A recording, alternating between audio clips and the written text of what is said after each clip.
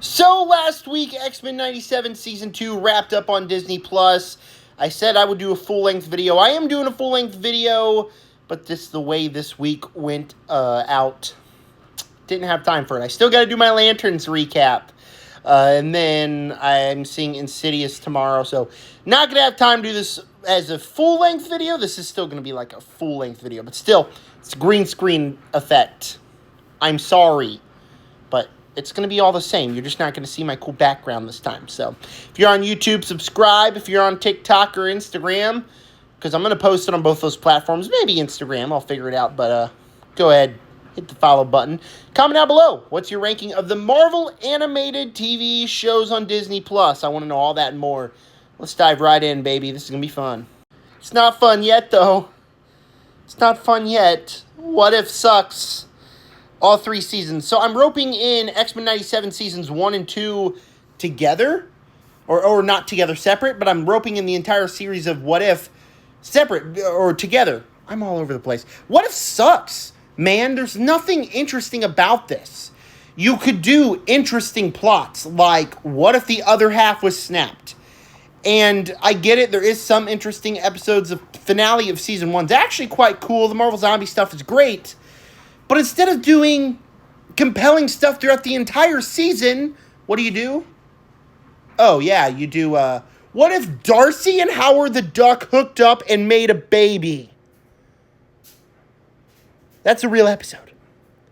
That's a real episode of What If. And it's bad. It is bad.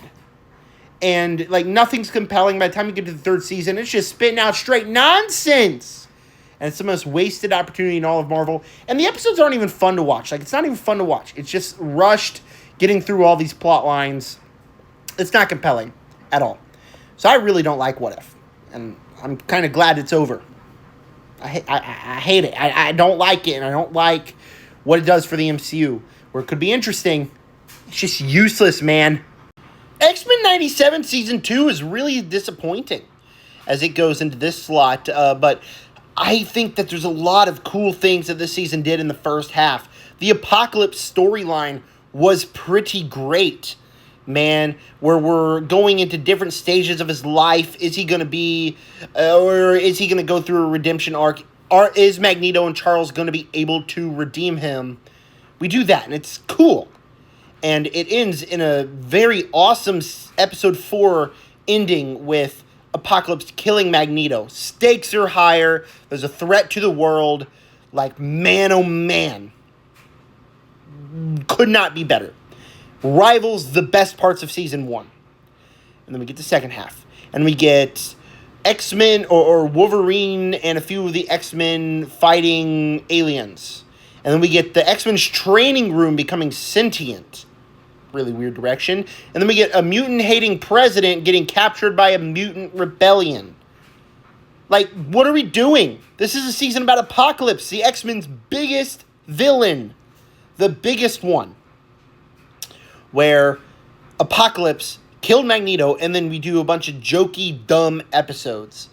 And it's really dumb. And it leads to a finale that doesn't go anywhere.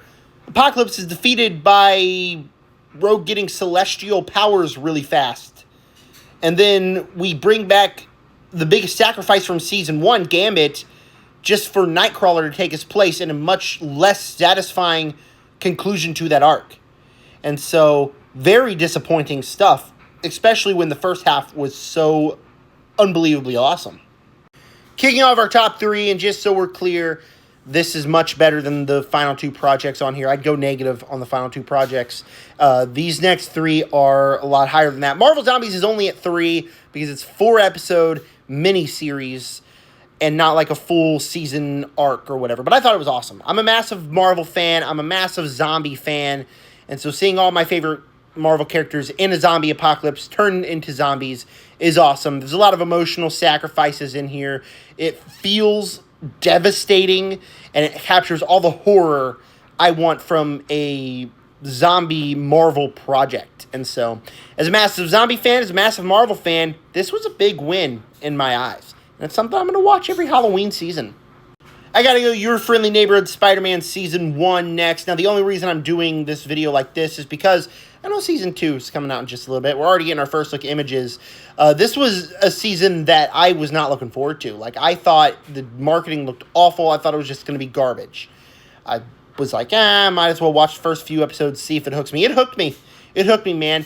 It is a different telling of Spider-Man's origin story from a different universe with enough things just changed just right to where it's compelling with a very compelling Spider-Man story arc. You got Scorpion, who just is legitimately a terrifying villain.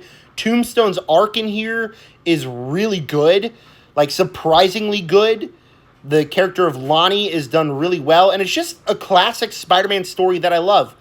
If you haven't known about my Brand New Day thoughts, about my Into the Spider-Verse thoughts, those are movies about what makes Spider-Man Spider-Man, and this is a show about what makes Spider-Man Spider-Man. Very good season, and I'm very excited for Season 2. I hope it doesn't let me down like X-Men 97 did. Speaking of X-Men 97, Season 1 is my favorite Marvel animated TV show. It's phenomenal stuff. It's great stuff, man.